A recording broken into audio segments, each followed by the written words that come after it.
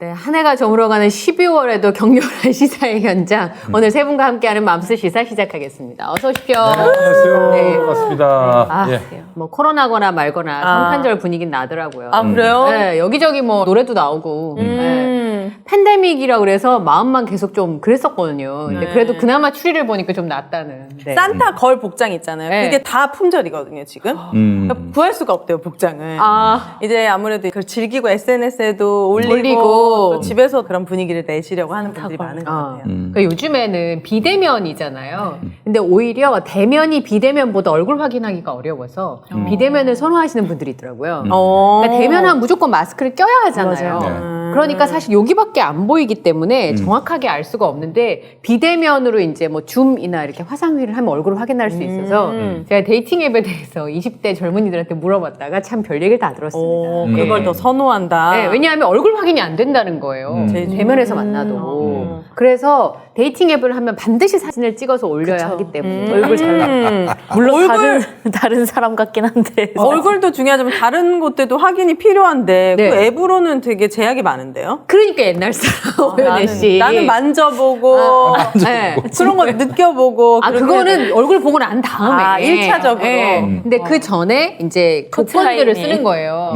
뭐 심지어는 서로 원하는 조건들을 쓰는 은어들도 있고. 오, 네, 그리고 그들의 문화. 이제 비슷한 좋아하는 부류의 사람들끼리 만나고 심지어는 같은 대학 나온 사람들끼리 하는 앱도 따로 있고. 아, 그래요? 예. 그렇더라고요. 근데 또 내일부터 다시 사회적 거리두기가 재개될 되겠죠? 가능성이 높습니다. 예. 사적 모임 4명까지고 6시 이후에 다시 또 2명까지라는 아, 6명 아니고 4명이에요? 네, 4명으로 줄고 그다음에 6시 이후엔 그나마도 2명까지일 거라는 얘기가 있는데 사실은 자영업자분들이 지금 한 달 됐잖아요. 아, 한 영업제한 달이군요. 풀린 지가.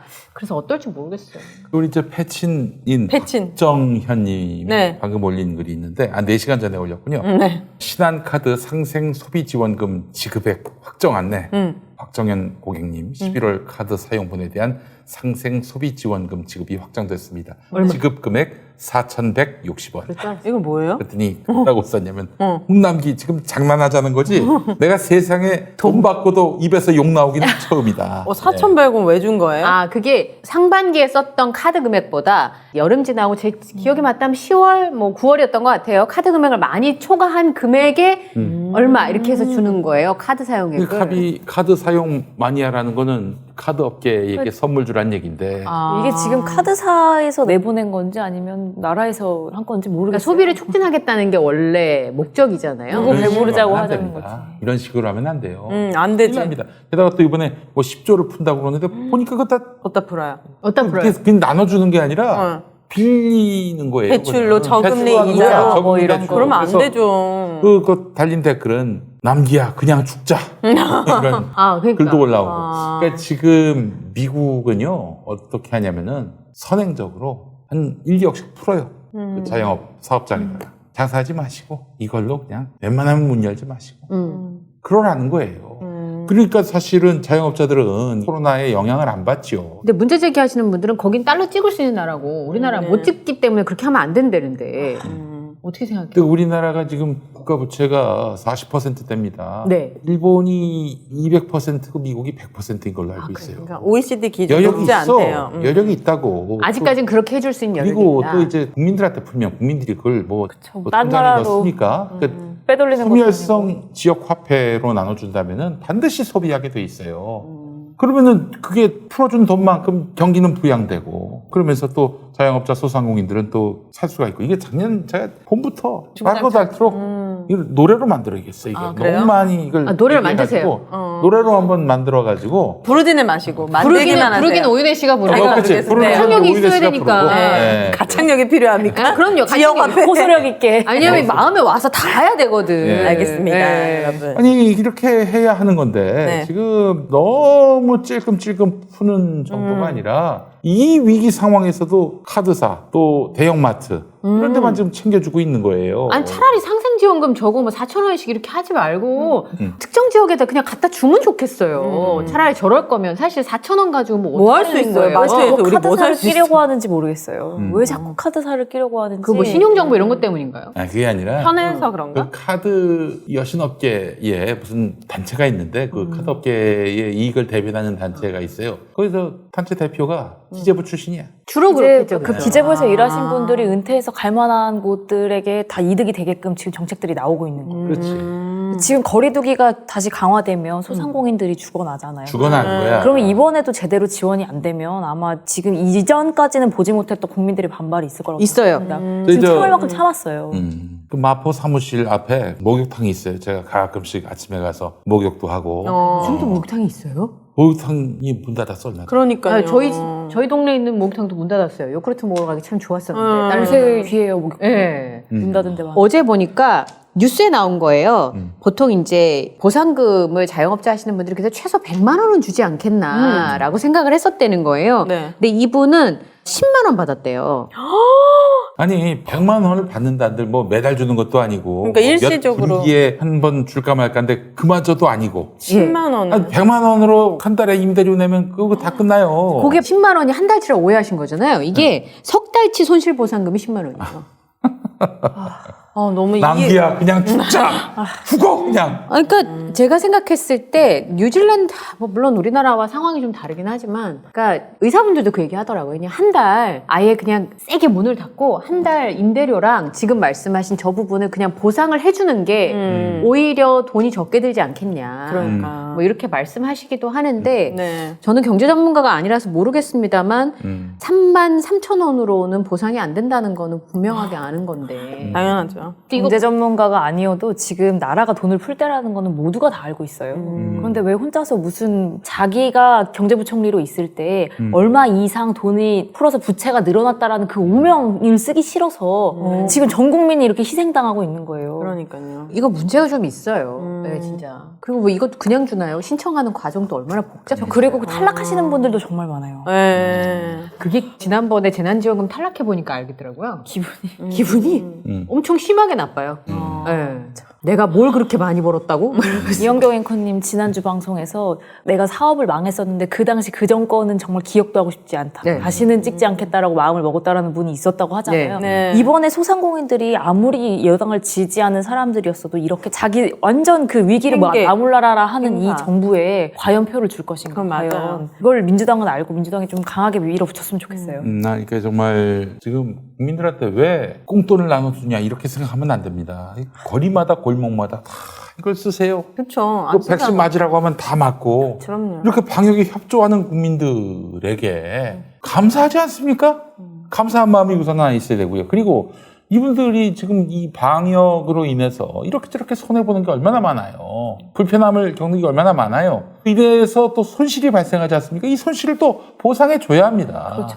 아니 전쟁이 나면은 예를 들어서 뭐 있어서는 안 될 일이지만 전쟁이 나가지고 뭐 도시 곳곳이 파괴됐다고 하면 칩시다. 국가는 가만히 있을 거예요? 뭐든지 돈을 퍼부어야지. 지금 전쟁과도 같은 상황이에요. 이런 상황에서 지금 사실상 손 놓고 있고 엉뚱하게 카드 업계나 챙겨주고 이럴 때입니까? 지금 아이, 돈을 아끼면 몇 배로 반드시 들어갈 거예요. 그렇지. 그래서 그거를 지금 생각해야 될 거예요. 그 사실은 자영업자들 계속 숨통을 쥐고 있다 보니까 이분들이 뭐라고 얘기합니까? 손실보상을 좀 제대로 해달라. 못 해주겠다. 그럼 좋아. 그러면 영업을 좀 다시 재개할 수 있게 해달라. 해서 영업을 슬쩍 풀었더니 이 폭증한 거 아닙니까?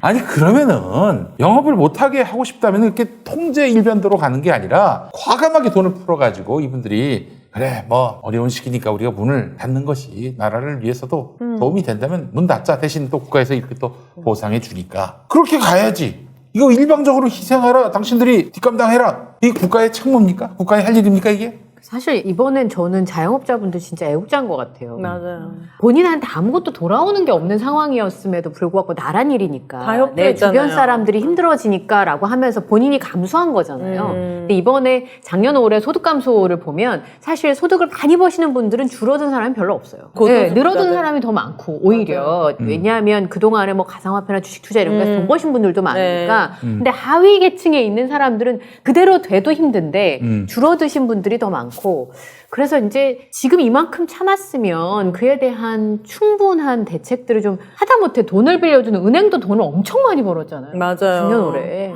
그러니까 이게 코로나가 지속되면서 우리가 1, 2년이지만 그분들에게는 생계고 생사인데 너무 오랜 시간 희생하셨고. 맞아요. 아니 이게 결국 기재부 공무원들의 머리는 굳어 있어가지고 탁상공론. 늘 그렇게밖에 판단할 수 없는데 그렇다면 이럴 때 이 공무원들을 움직여가지고 국민들에게 좀 고통을 좀 덜어주는 그런 역할을 할 분들이 바로 선출된 권력입니다. 선출된 권력이에요. 그러면 선출된 권력이 기재부 보고 야 이렇게 하면 국민들이 얼마나 고통 받으시겠니? 이렇게 가자라고 압박하고 그렇게 실행을 하도록 푸시를 해야 되는데 그게 지금 없는 것 같아요. 아니, 없는 것 그럼 같아서 만약에- 지금 기재부가 홍남기가 대통령이 된 것 같아요, 느낌에. 아니 국가의 금고가 비어서 예를 들어서 돈을 풀 수 없다면 도대체 얼마만큼 비어 있는지 그리고 그 돈은 어디다 어떻게 썼는지 분명하게 설명하고 얘기를 해줘야 다 같이 고통 분담을 하는 건데 그것마저 없이 그냥 지금 김용민 PD가 말씀하신 것처럼 안 된다, 어렵다, 빚이 많다 그냥 이렇게 얘기하기에는 좀 문제가 있지 않나 저는 좀 그런 생각이 우리는 들어요. 물어볼 수 있어요. 그럼 그 돈 갖다 다 어디다 썼냐? 그러니까, 예. 우리는 그럼 이 또 쓰냐? 올해 초과 세수, 이 초과된 세금 수입이 정부의 수입이 네. 20조예요. 많은 거죠. 많은 거죠. 1년 우리나라 예산이 지금 많이 늘어서 600조인데 전 국민에게 10만 원씩 주면은 5조면 됩니다. 그러면은 40만 원 받을 수 있는 거 아니에요? 그렇지. 20조면? 예. 초과세수만 해도 그러니까 뭐 예를 들어 전 국민 다 못 나눠준다 하더라도 지금 말씀하신 것처럼 자영업자들이나. 자영업자들한테라도 하다못해 저는 대출 이자라도 다 없어졌으면 좋겠어요. 하루라도. 무이자로. 한 달이라도. 그런데 지금 말씀하신 그 10조라고 하는 게 대출을 해주는 거. 그것도 저 그냥 뭐 저리로 해준다고. 아이고 너무 고맙네. 눈물 나네. 진짜. 제가 별로 안 좋아하는 일본도 제 친구가 일본에 오래 살았거든요. 일본 남자랑 결혼해가지고.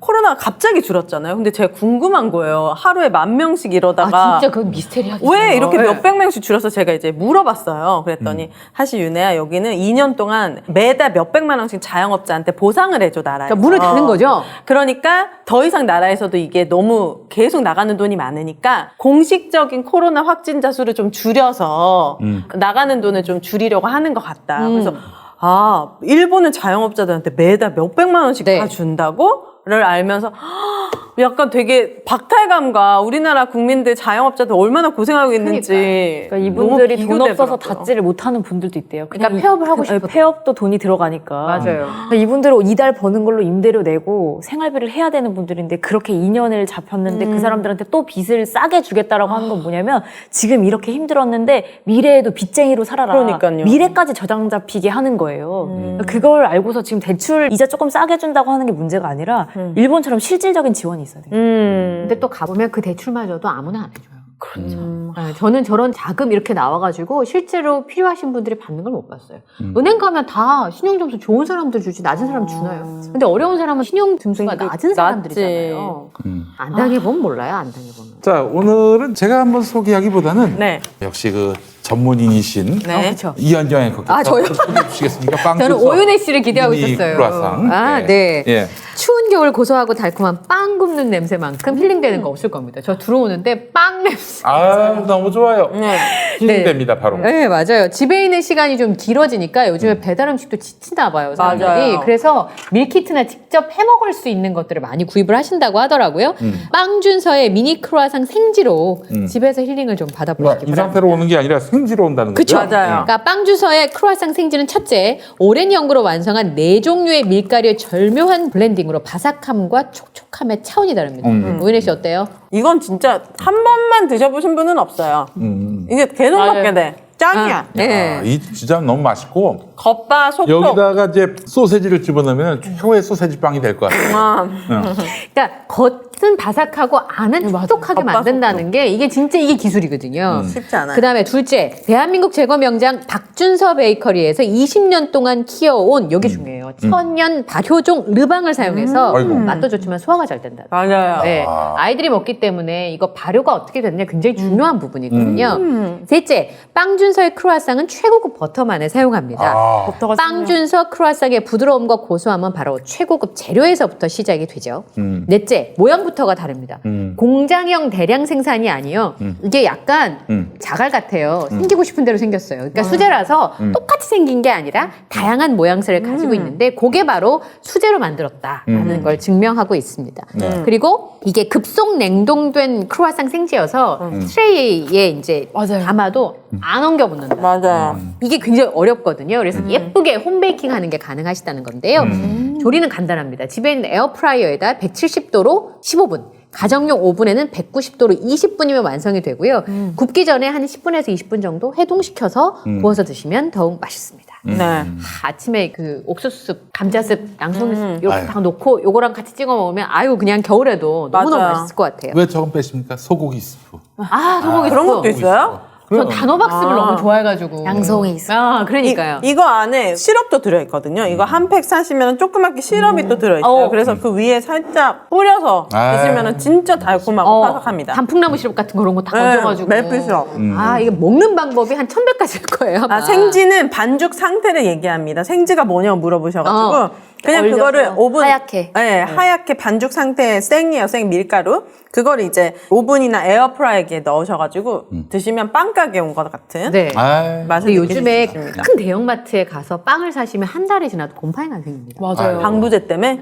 케이크도 한 달 전에 넣은 게 그대로예요. 아, 그래요? 그러니까 그런 거가 걱정되시는 분들은 우리 애들한테는 좀 맞아요. 신선한 거 좋은 거. 먹이고 싶잖아요. 네. 근데 사실 베이킹이 쉬운 게 아니기 때문에 이렇게 빵 준서의 미니 크루아상 생지를 한 팩을 사시면 360g에 16,900원이고요. 아이, 좋습니다. 9팩이면 720g인데 그러면은 이게 거의 한 34,000원 넘어가야 되잖아요. 네. 근데 26,900원. 아, 20% 추가 할인 세상에. 되니까 예. 크리스마스 때 아니면 주말에 좀 기분 내고 싶을 때. 네. 아유, 감사합니다. 베이컨이랑 이렇게 껴서 치즈랑 제가 빵집에서 일해봤거든요. 아니면 아, 크로플 이 생지. 모양으로 만들어도 네, 돼요. 맞아요. 크로플. 안 해본 게 없어요. 네. 생지도 좋은 생지는 말씀하신 것처럼 안 눌러붙고 맞아요. 발효도 맛있게 되는데 제가 이거 사서 몇 번 먹어봤는데 진짜 맛있어요. 진짜 맛있어요, 여러분. 빵 준서의 크루아상. 빵 좋아하시면 꼭 미니 사서 크루아상. 드셔보세요. 저 드셔보세요, 우리 네. 이영건님. 이런 건 정말 여러분들 한번 드셔보시고 특히 아이들 있는 집에서 한번 경험해보게 하세요. 생색낼 수 있어요. 엄마가 만들었다고. 에어프라이어 기계만 있으면은 친한 준서 삼촌이 보내준 거라. 네.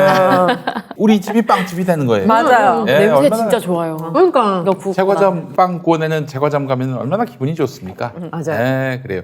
자, 여러분 미니 크루아상 생지로 보내드리는 빵 준서 많이 구매해 주시고 정말 많은 분들이 구매하고 계십니다. 예, 정말. 이거 치즈 같지 않을까? 안에 진짜 촉촉해요. 예, 저기 소세지만 들어가면 참 맛있어요. 왜 이렇게 소세지 좋아해요? 베이컨이랑 치즈랑 먹어도 맛있어요, 빈이. 소세지는 아보카도. 아, 진심이 진심이구나. 아보카도 넣어도 맛있어요. 집집마다 이 먹는 방법이 한 100만 가지쯤 될 거예요. 그렇죠. 네. 예.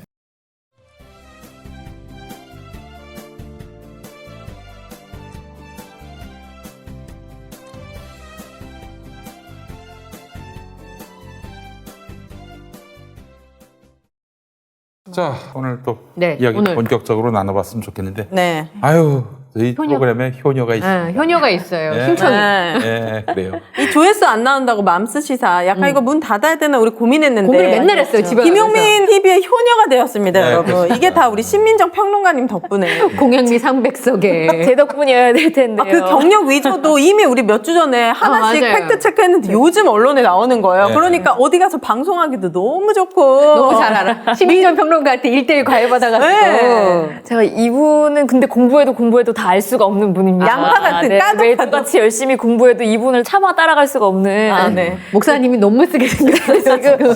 그 이분에 관련된 171가지 의혹까지 나온 걸로 아는데 171 가지요? 그것마저도 다 알 수 없는 아주 양파 같은 분입니다. 네. 이분이 지금 이제 언론의 인터뷰에 응하면서 또 난리가 났어요. 일단 YTN과 오마이뉴스 인터뷰가 네. 공개가 됐는데요. 네. YTN 쪽은 이제 허위 경력 기재한 것 이력서에 그래서 이제 대학 강사로 들어갈 때 문제가 있었던 내용에 대해서 집중적으로 인터뷰를 했고 이게 특히 제일 중요한 게 인정을 했다는 거예요. 아, 인정을 자기가 했다. 본인도 모르 지금 안 할 본인이 수가 없죠. 그 본인의 보이고 싶어서 멘트가 그랬다고 그게 인정한 거예요. 과연 이 본인의 멘트가 인정한 건지 아닌 건지도 사실 알고 한 말인지 잘 모르겠지만 사실상 인정한 거예요. 아니 그 아니라고 안 했으니까. 그 맥락에서 설득력 있는 해명은 전혀 없고 그리고 돋보이고자 했다라는 것에서 이미 답이 다 나온 거 아닙니까? 네, 제가 잘못했습니다. 제가 죽을 죄를 졌네요. 이래야만 인정은 아니잖아요. 인정을 한 건 맞는데 뭐 저는 나중에 얘기하겠습니다만 그 태도 때문에 일단 이분의 태도 때문에 분노하신 분들이 많은 것 같아요. 저 왜냐면은 이분요.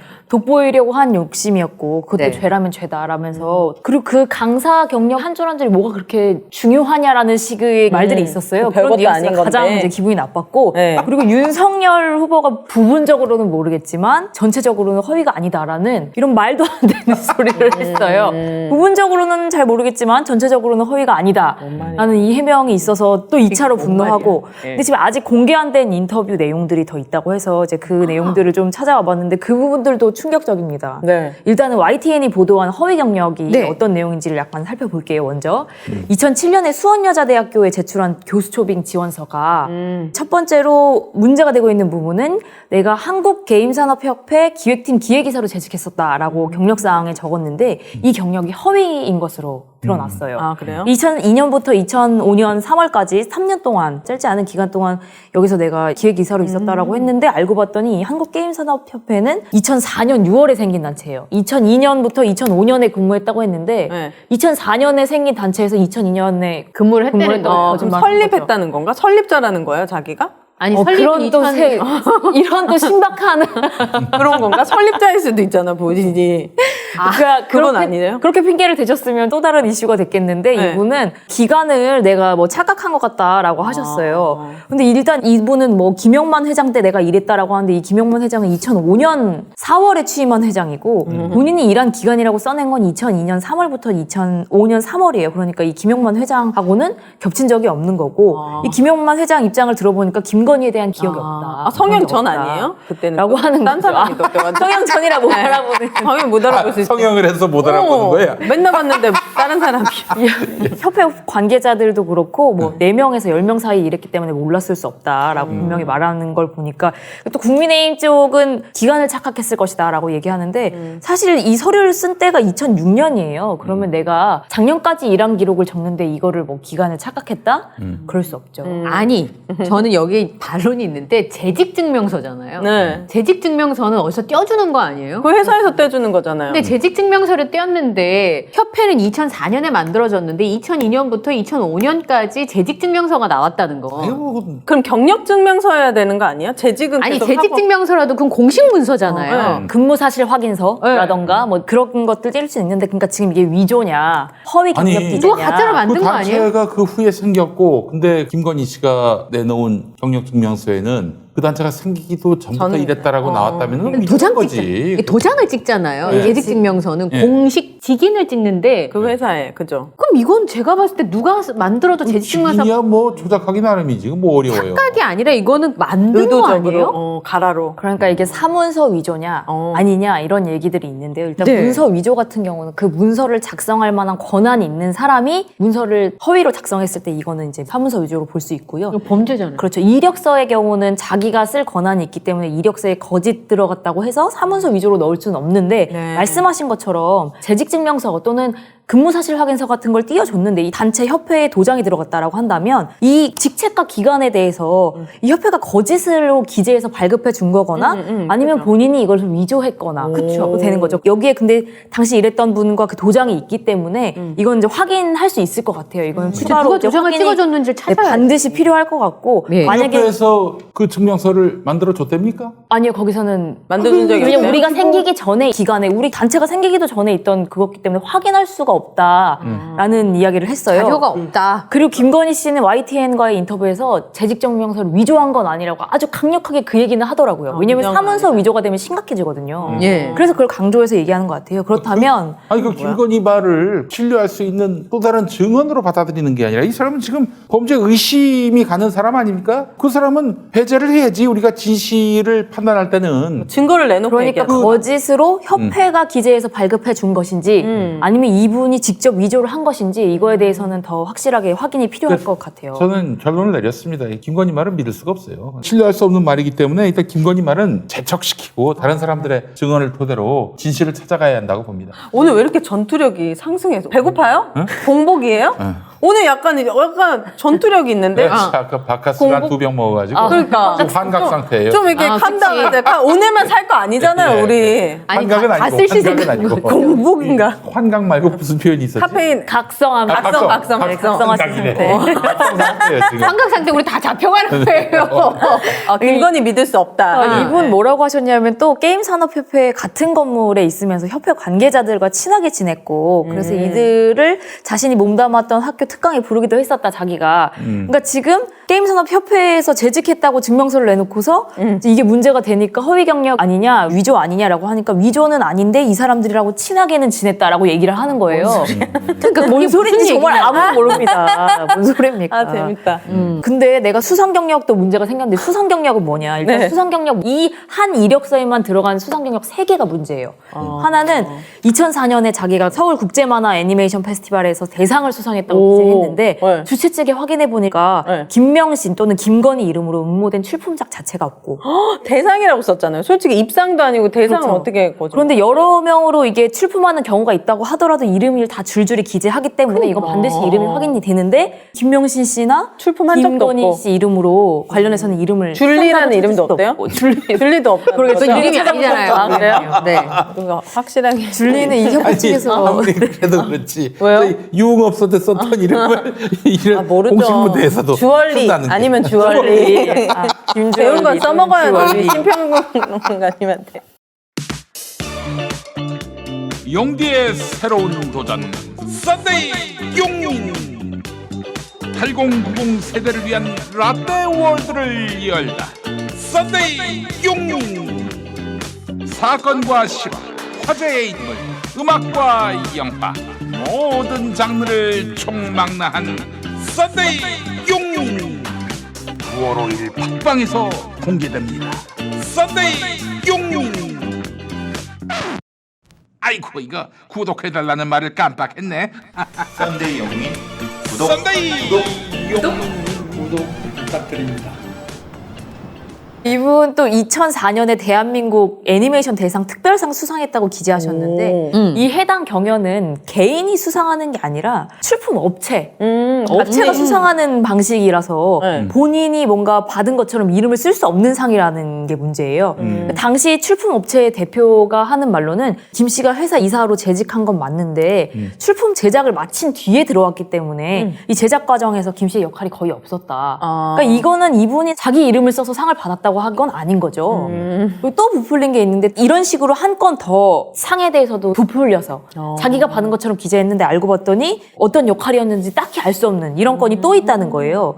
그러니까 지금 그래서 이 허위 이력으로 가지고 이분은 수원여자대학교 광고영상과 겸임교수로 채용이 됐어요. 아이고. 네. 우와. 그래서 2007년 3월부터 1년 정도 강의를 했어요, 이분은. 그러니까 이분은 거짓 이력으로 한 자리를 차지한 거고, 이 한 자리 거짓 이력으로 차지한 이거를 발판으로 삼아서 그 뒤로도 내가 거짓으로 따낸 자리에 플러스 거짓 이력을 또 얹어서 또 이 하나를 따냅니다. 그게 뭡니까? 그 이렇게 해서 일단 한림성심대학교 시간강사에서 써냈던 첫 번째 근무 이력 써냈던 게 서울 대도초등학교 실기강사로 근무했다는데 근무 이력이 없고 요 한림성심대학교에는 거짓말로 시간강사 자리를 따내서 이 이력을 가지고 서일대학교 시간강사 자리를 따내는데 한림대학교 출강했다는 사실로 그리고 거기에 플러스 대도초등학교에 근무했다는 거짓말, 강남중학교에 근무했다는 거짓말, 영락고등학교 근무했다는 거짓말, 영락 여사미술강사였는데 영락고등학교에서 가르친 것처럼 거짓말을 해서 그러니까 지금 이분 허위 경력이 맨 처음에 하나로 허위 경력으로 시작한 걸 따내서 거기에 또 허위 경력, 또 따내서 허위 경력. 나중에는 어떻게 되냐? 실제로 따냈던 한림성심대, 서일대학교,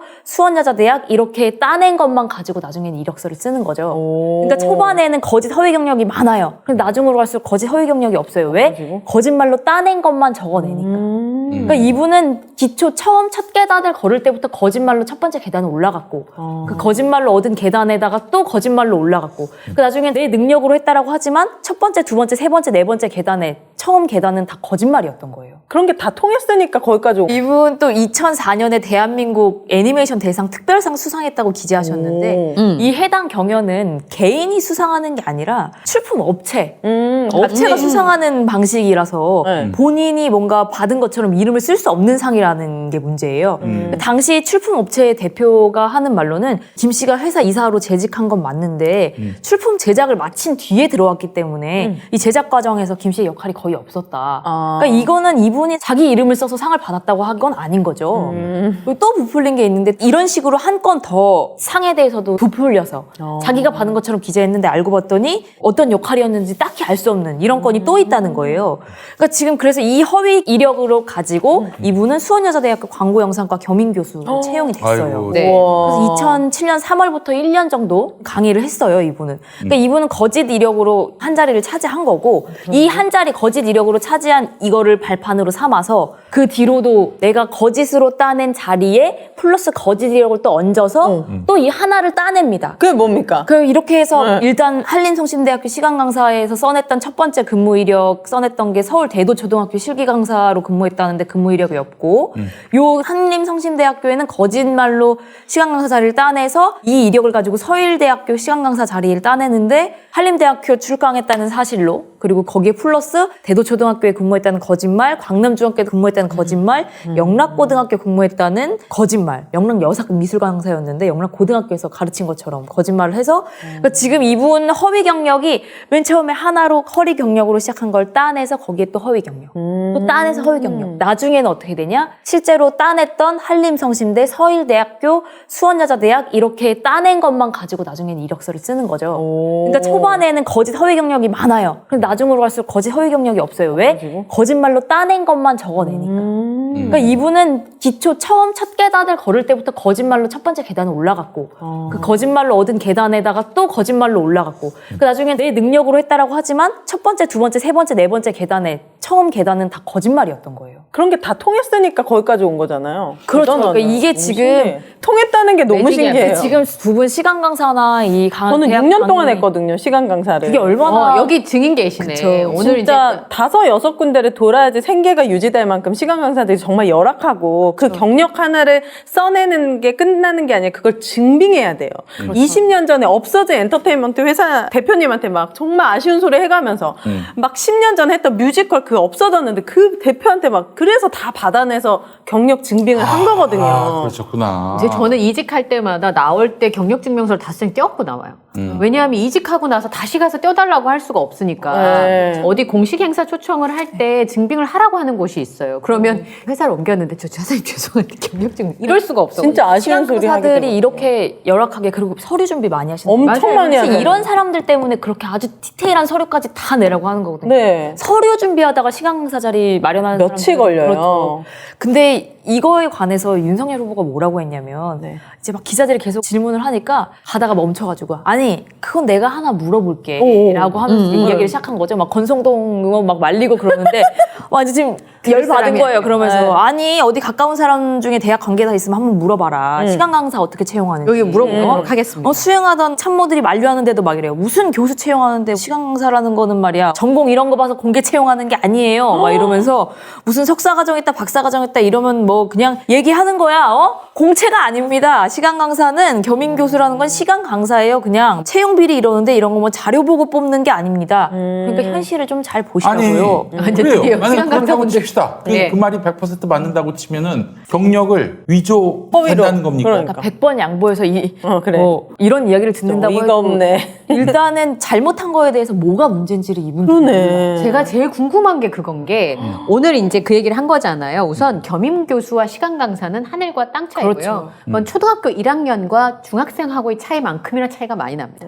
그렇지. 그리고 기본적으로 받는 급여가 달라요. 네, 완전 다른 거기 때문에 같을 수 없고 또 하나는 시간 강사를 공개 채용하게 된 법이 제정된 게 2019년이라고 네, 하더라고요. 2019년. 근데 그 전에 이제 하셨던 분들한테 그러면 아름아름 소개받아서 증빙 없이 할 수 있나요? 시간 강사를? 절대 못하죠. 그게 더 까다로워요. 그리고 공개 채용, 저는 공개 채용 2017년에 이번에 세종대학교도 공개 채용을 통해서 들어갔고 2017년에도 그리고 시간 강사의 99%는 다 공개 채용으로 들어옵니다. 그럼 네. 그래요. 그리고 안 거기에 그런 학교도 물론 있어요. 근데 아주 뭐 없진 않아요. 인서울이라든지 우리가 알만한 이름들의 대학들은 다 왜냐하면 피곤한 일을 겪고 싶지 않아서 대학들도 그냥 공개 채용으로 뽑는 거예요. 예전에는 막 몇십 년 전에는 누구 데려와서 하고 막 이랬지만 지금 학생들이 컴플레인도 엄청 세고 그렇죠. 절대 아무나 강의를 할 수 그러니까 없어요. 이분은 아셔야 될 게 뭐냐면은 윤석열 후보는 뭐 부분적으로는 모르겠지만 전체적으로는 허위가 아니다. 부분들이 모여서 전체가 되는 거예요. 그럼. 당연하죠. 그러니까 이분은 맞아요. 자기 거짓들, 부분이라고 표현했던 이 거짓들이 빼고 지금의 삶이 가능한가 물어보셔야 되고요. 그리고 부분들이 전체를 이룬다는 걸 알고서 대답하셔야 돼요.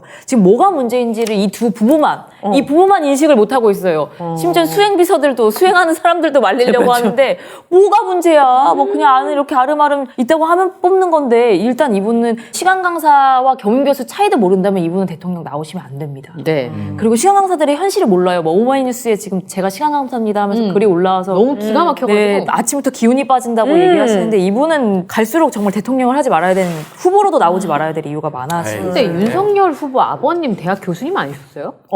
맞아요. 교수님이잖아요. 명예 교수님이잖아요. 아, 그러니까 이분은 은퇴한 지 좀 돼가지고. 아니 은퇴한 지 오래됐어도 시간 강사부터 시작하셨을까요? 사실 전임 강사 그거 하나 본인 연구방 하나 받는 게 얼마나 꿈이잖아요, 피눈물 꿈. 나는 맞아요. 일인지를 과연 알고 있는지. 그리고 또 하나 제가 궁금한 거 뭐냐면 요즘 그 신입사원 지원하는 젊은 친구들이 진짜 힘들어하는 게 뭐냐면 신입을 뽑는데 경력이 많으신 분. 그렇죠. 아시죠? 옛날 뭐예요? 유병재 아이러니네. 씨, 유병재 씨 알죠? 되게 재밌는 분인데 무슨 영상으로 떴냐면 뭐 하셨습니까? 그래서 아 신입 뽑는다 그래서 왔는데요. 또 뭐 언제는 뭐 하셨습니까? 이 기간에는 뭐 경력이 없네요. 에이씨 신입 뽑는다 그래서 왔더니 막 욕하고서 그리고 나한테 물어보냐고 그러고 나가요. 그래서 그 영상으로 유병재 씨가 엄청 떴는데 신입을 뽑는 게 아니에요. 왜냐하면 제가 이제 아나운서 시험을 봤을 때 예전에는 아무 경력이 없어도 그날 컨디션이 좋아서 그날 뭐 브리핑을 잘해서 이렇게 뽑힐 수가 있었어요. 근데 요즘에는 아나운서들이 월급을 많이 받는지 아시는 분들이 계셔서 제가 설명을 하자면 인턴을 해요. 무슨 방송국에 구청이나 이런 데서 방송국 하는 곳 있잖아요. 인터넷 방송국도 있고. 그런데 한 달 월급이 100만 원이 안 돼요. 왜냐하면 근무 시간이 2-3시간밖에 책정이 안 되는 거예요. 와서 기다리고 준비하는 시간은 근무 시간으로 안 쳐주잖아요. 그러니까 심지어는 막 50만 원, 70만 원, 80만 원 받고 6개월, 1년 그런 데를 몇 군데 전전을 해요. 그러면 그 다음에는 일부 케이블 채널에 지원을 하면 경력이 한 줄 들어가잖아요. 한 줄 들어가려고 그렇게 사는 거예요. 네. 그리고 그 케이블 TV에서도 근무 시간을 3시간, 4시간 이렇게 책정을 해요. 그래서 한 사람 몫이 아니라 제가 아는 모 보도 채널은 300한 초반 정도가 원래 아나운서들이 풀타임으로 근무하면 받는 급여인데 네. 그거를 3개를 쪼갰어요. 아, 그럼 3명이. 네. 사장님이 3명을 채용하고 싶으셨대요. 그런데 TO는 한 사람밖에 없으니까 그 친구들을 부른 거예요. 급여를 쪼개서. 윤혜 80만 원 받고 아니면 100만 원 받고 한 2시간만 근무하면 어때? 어이구 저기 최저임금도 안 되는. 프리랜서잖아요. 겉으로는 프리랜서잖아요. 아니 상근하잖아요. 상근이어도 프리랜서잖아요. 2시간. 그리고 네, 네. 없어질 수도 있잖아요. 이거 알아야 될 게 상근하고 회사의 기물을 이용하고 네. 지시를 받고 이러면 노동자성이 인정됩니다. 그럼 노동청을 고발할 수 있을까요? 못하지. 못하죠. 그러니까 그러면 120만 원, 130만 원을 받고 해외 연수까지 뭐 박사학위까지 받은 아이들이 그러고 근무를 해요. 그렇게 1년, 1년 반 당하고 나면 그 다음에 이제 그걸 경력 삼아서 신입을 지원을 하는 거예요. 그렇죠. 그러니까 맞아요. 그 경력서 한 줄이 얼마나 어깨 피눈물, 그러니까 그 경력 50만 원, 100만 원, 120만 원 자리도요. 경쟁률이 200대 1, 300대 1이에요. 맞아요. 저도 동아방송예술대학교라고 제가 실용음악과 강의를 했었는데 거기 진짜 힘들어요. 왕복 200kg거든요. 저희 집에서. 제가 한 1년 넘게 있었는데 사실 매달 월급이 56만 원인가 그랬어요. 근데 왕복 200km를 다니다 보니까 이게 경력도 넣을 수 있고 동아방송예술대학교 유명하니까 그쵸, 유명하니까. 이게 너무 내 생계 하루를 다 버려야 되잖아요. 야, 안성인데 네. 안성도 안성 시내가 네, 아니라 저기 끝으로 가요. 네, 맞아요. 근데 그것도 진짜 몇백 대 1의 경쟁률이거든요. 여기 용인 가깝네. 네, 네. 강사가. 그 정도로 정말 강사분들이 얼마나 고생하면서 근데- 한 군데 나가면 5, 60만 원씩 받는 거 4-5 군데는 돌아야 생계가 유지될 정도로 힘든 그러니까 분들인데. 이제 저도 예전에 시간 강사도 하고 겸임 교수도 했고 그런데 오. 제일 잘하시겠네요. 아니 근데 이제 그래서 진짜 뭐 돈 때문에 간다는 거는 상상도 못할 그럼요. 일이고 그냥 가서 학생들에게 교수님 소리 듣는 그래, 애들과의 보람과 소통. 긍지 응. 그거 에너지. 말고는 사실은 그 시간 내서 가가지고 강의한다는 것 자체가 굉장히 에너지가 소모되는 맞아요. 거예요. 근데 이분 뭐라고 하셨냐면은 수상 경력을 내가 학교 진학을 위해서 쓴 것도 아닌데 뭐가 문제냐. 왜 썼어요? 나는 공무원도 아니고 공인도 아니고 당시에는 윤석열 후보가 결혼한 상태도 아닌데 내가 이렇게까지 검증을 받아야 할 이유가 뭐냐. 아니 그러면은 아, 경력을 그렇다는 거죠? 허위로 작성해도 됩니까? 그러니까 이분의 도덕성이 어디까지 문제인 건지, 그러니까 이분의 인식 자체가 내가 거짓말을 한 것도 문제가 안 된다는 식의 이런 식으로 정과장으로 나오면 안 되죠. 그리고 또 뭐 자신이 채용되었다고 해서 누군가가 채용되지 못하는 일 없었을 거다라고 주장하면서 아니 뭐 자기 공채가 아니라 누군가 소개를 받아서 지원했기 때문에 나 때문에 누구 못된 건 아닐 거다라고 얘기하는데 그 자리에 사람이 필요했으니까 소개를 받아서든 뭐든 그러니까. 했던 거 아니겠습니까? 그런 식의 200km를 다니면서도 그게 필요해서 몇백 대 1의 경쟁률을 뚫고 하는 시간 강사들이 많은데 지금 이 부부가 수많은 시간 강사들을 힘 빠지게 하고 있어요. 맞아요. 그리고 윤석열 후보와 결혼한 이후로도 안양대학교 2013년에서 15년 그리고 국민대학교 겸임교수 2014년에서 16년 이건 공소시효도 살아있고요. 이 부분에 대해서도 대가를 치르셔야 됩니다. 맞아. 본인이 거짓말로 부분적으로라고 하는 그 모든 거짓 부분들이 모여서 지금 이분의 삶을 이루고 있는데 이분 대가 치르셔야지. 아니 그러면은 우리 오윤혜 씨처럼 회사가 문 닫고 또 프로젝트를 했는데 그걸 증빙할 수 없어서 굳이 전화 못 써요, 그러면. 뭐 확인서 써달라고 맞아. 그런 사람들은 그럴 이유가 뭐가 있어? 그냥 대충 거짓말하면 맞아. 되는데. 아 그러니까 그냥 써서 가면 되는 거예요? 그러니까 이 보도만 ITN에 나간 현재까지 보도가 이거예요. 그런데 지금 우리가 알고 있는 이 보도만 봐도 모두가 열폭할 수 있는데 YTN 보도 내용 이외에도 열폭할 만한 내용들이 많더라고요. 일단 오늘 김의겸 의원이 뉴스공장에서 이제 취재한 내용을 공개를 했는데 일단 YTN이 긴 시간 동안 통화를 했다고 하는데 통화 음성이 안 내왔어요. 김건희 씨랑? 네. 아, 네. 김건희 씨가 보통 이제 우리가 취재를 할 때 기자들 음성 다 들려주잖아요. 그쵸.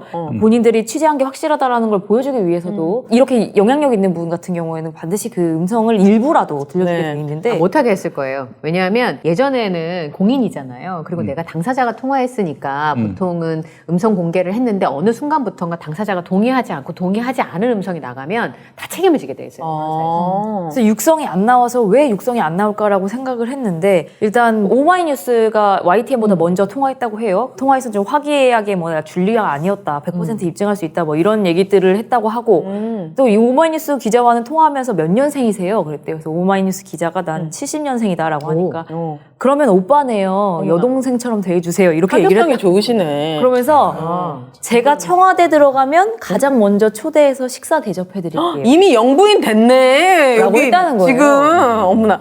집에서는 서로 영부인 대통령님 이렇게 부르는 거 아니야? 둘을? 각하 이러면서. 가까 이러면서 대박. 지금 이게 지금 가능한 말이에요. 진짜로 나 믿을 네. 수가 없는데. 근데 뭐 김건희 씨가 그런 의도로 했는지 안 했는지 모르겠지만 네. 맥락이 뭐 있을 테니까. 사회적으로 만난 여성이 제 나이쯤 된 남성한테 오빠라고 하면은 떨리지? 무너집니다.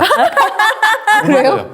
어떤 사람은 뒷목을 잡는데 너무 충격을 받아가지고 야 내가 오빠로 보이다니 이런 어떤 오빠로 보이다니. 얼굴을 본 것도 아니고 처음 통화하는 기자에게 그러면 오. 오빠네요. 여성들처럼 더해주세요. 제가 청와대에 들어가면 가장 먼저 초대해서 식사 대접해드릴게요. 라는 말이 제 상식에서는 이해가 안 가는데 모르겠네요.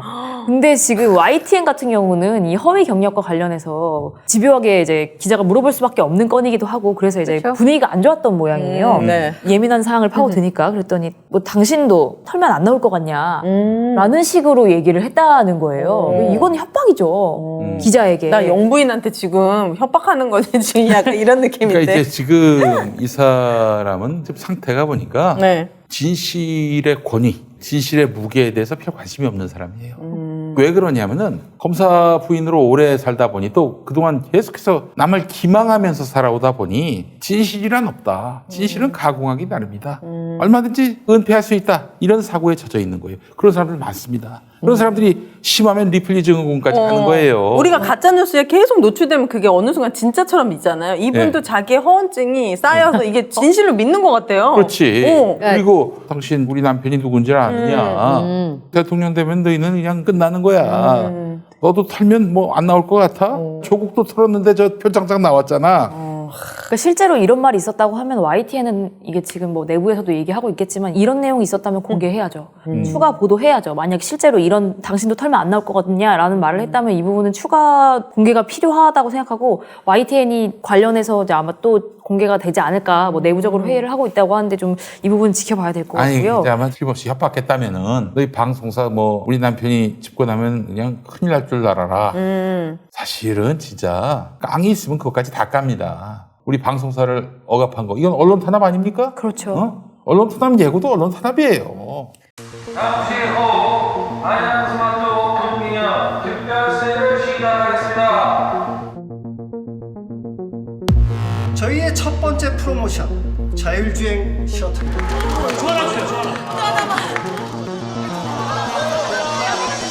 이번 달 야심차게 준비한 프로모션 제품들입니다.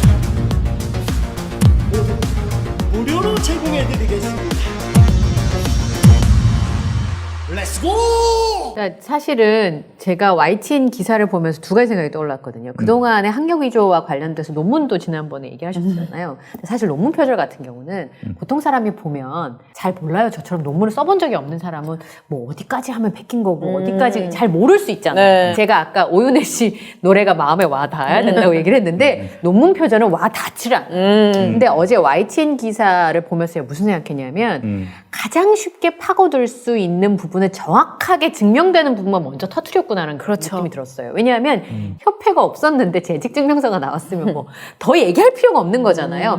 어떤 일을 했고 안 했고를 따질 필요가 없이 없는데 거기서 어떻게 일을 하냐고요. 그러니까 YTN에서 애매하게 해석의 여지가 있는 부분에 대해서는 시작하지 않고 아예 어떻게 할 수 없는 그런 명백한. 부분. 그러니까 아이들도 봐도 뭐 이상한데? 라고 할 만한 부분을 먼저 터뜨린 거예요. BBK 같은 경우는 너무 어려워서 맞아. 사실 와닿지 않았던 몰랐죠. 것처럼 대장동도 어렵지. 예, 사실은. 논문 표절 같은 경우는 그럴 수 있는데 이런 부분들은 그럴 수가 없는. 그러니까 그런 부분을 보면은 제가 봤을 때 분명히 YTN의 수석 보도를 준비를 하고 있을 것 같고 제 주변에도 기자분들이 한 5, 6개월 전부터 이 흔적을 찾느라고 김건희 씨의 흔적이요? 과거에 아니면 혹은 현재의 돈과 경력과 관련된 부분에 대해서 증언을 받으러 엄청 많이 다녔어요. 지금 근데 이분은 우리가 뭐 갑자기 전화해서 이분이 막 이렇게 횡설수설하고 이렇게 열폭할 이야기를 막 마음대로 했다라고 우리가 생각할 수 있는데 알고 봤더니 이게 지금 갑자기 인터뷰가 이루어진 게 아니라 이제 김건희 씨가 인터뷰를 준비한 것 같아요. 지난주 우리 네, 제3의 인물이라고 하는 분이 뭐 기자들보다 하루 앞서서 일요일에 김건희 씨하고 통화를 했고 자세히 얘기를 나눠보니까 나름대로 설득력이 있다 이거 나가도 되겠다라고 판단을 내려서 지금 인터뷰에 응하게 됐다는 거예요. 그러니까 이게 지금 준비가 됐다는 거예요. 준비된 인터뷰가 이겁니까? 그렇다라는 거죠. 그러니까 지금 뭐 그러면서 뭐 선관위 공식 관계자 그리고 한 명은 자기 지인 뭐 이렇게 하는 사람들과 이제 인터뷰를 준비하고 뭐 사전 발언 내용까지 나름 조율한 상태인데도 말만 하면 이렇게 폭탄이 터지는 거예요.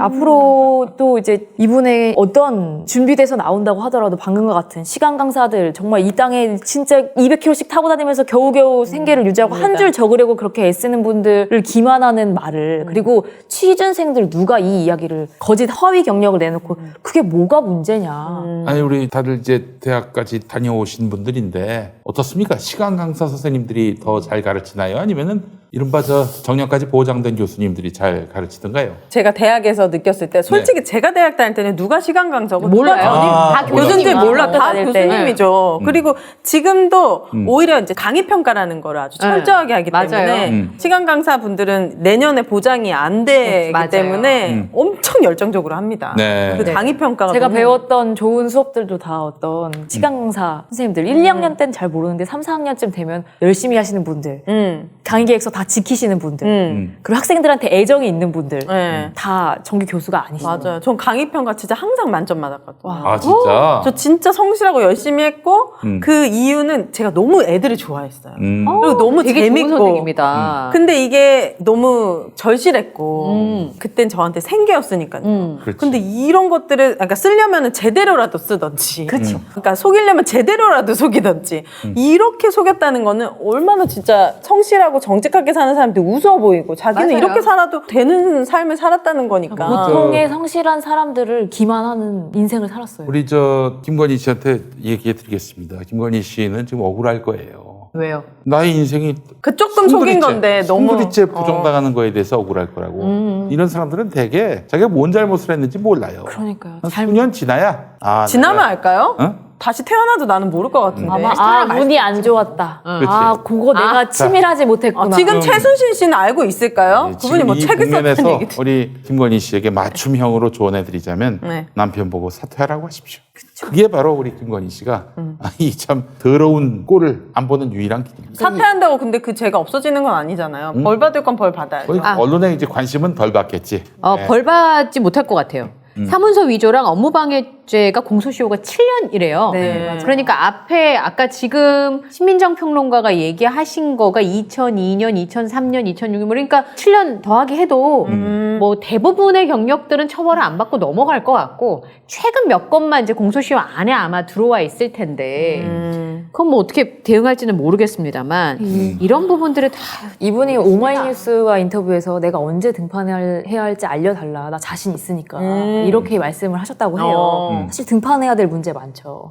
실명 증언이 나오면 줄리 의혹들, 그리고 박사 논문 표절 관련한 얘기들, 뭐 각종 허위 이력 말씀하신 것처럼, 그리고 뭐 도이치모터스 주가 조작, 코바나 컨텐츠 기업들의 뇌물성 후원, 뭐 삼성 아크로비스타 등등등등 이분 등판해야 될 문제 되게 많아요. 근데 지금 이분이 양가적인 감정을 갖고 있는 것 같다 이런 얘기들을 하더라고요. 그러니까 나 자신 있다 언제든지 등판할 자신 있다라고 하면서도 또 더 팩트가 보도한 카메라 영상 보면은 마치 무슨 얼굴을- 범죄자처럼 얼굴을 막 가리고 도망을 가는데 옆에 수행하시는 분인지 뭐 왜 그러는 보드가드인지 모르겠는데 목덜미를 이렇게 내리눌러서 아, 진짜요? 범죄자들 이렇게 끌고 갈 때 이상해요. 보디가드? 목이 눌려서 질질 끌려가다시피 해서 왜 그러는 거지? 아. 쌩얼이라 그럴 게 아닐까라고 그래요? 제 주변에서 아니, 농담을 하긴 했는데 아니 그러니까 그게 모든 분들이 그 영상을 보고 제 주변에서 아니 취재진이 불편할 수는 있다. 왜냐하면 저도 그런 거 안 당해봐서 그게 얼마나 괴로운지 잘 그렇죠. 모르니까. 갑자기 나타나고 하는 집 앞에 건 그냥 지치고 있는 괴롭겠죠. 근데 아니면 그렇게까지. 아니 찍지 마세요 할 수도 있잖아요. 네.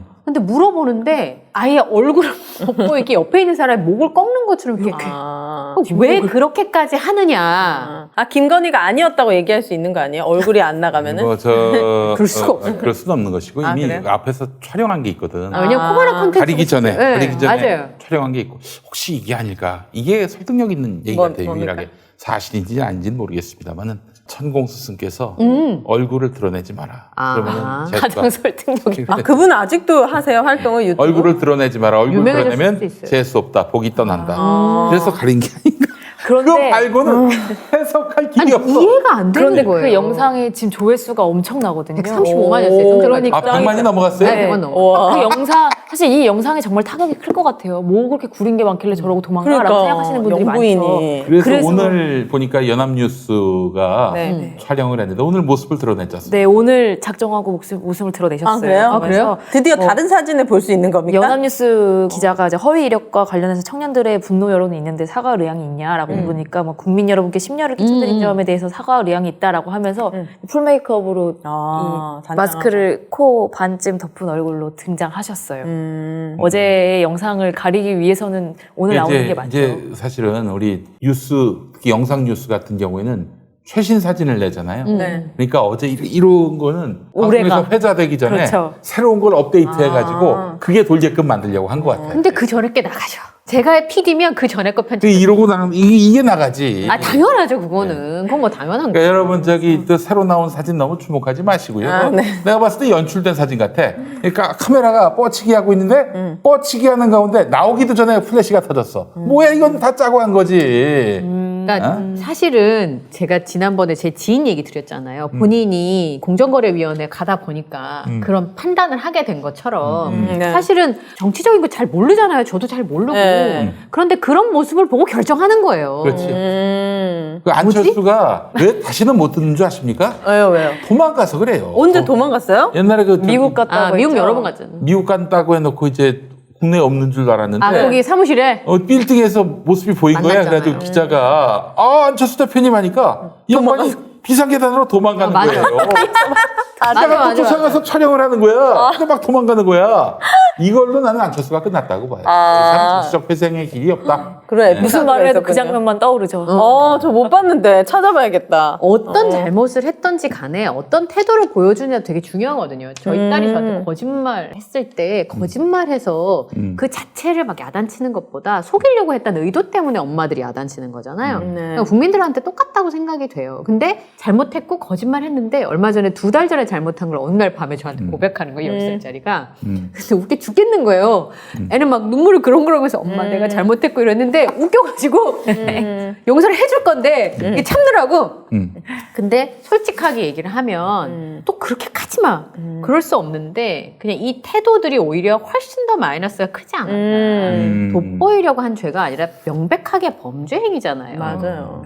이게 참 이게 너무 안타까운 게요. 이 윤석열 씨뿐만 아니라 윤석열 씨 본인도 그렇고요. 그 부인도 그렇고 국민의힘 전체가 말이죠. 언론을 잘 주무르면 사실을 얼마든지 왜곡할 수 있다라는 그 일종의 어떤 기법, 센스 이런 걸로 생각을 하고 있는. 그러니까 이런 집단이기 때문에 언론 탄압을 하는 거고 그러는 거 아닌가요? 네. 그 이들이 집권하면 이제 언론 자유는 잿빛이 됩니다. 이제 근데 국민의힘 내부에서도 약간 너무 그런가 봐요. 네. 왜냐하면 김재원 의원이 네. 뉴스공장에 출연해서 관리가 필요하다고 생각합니다.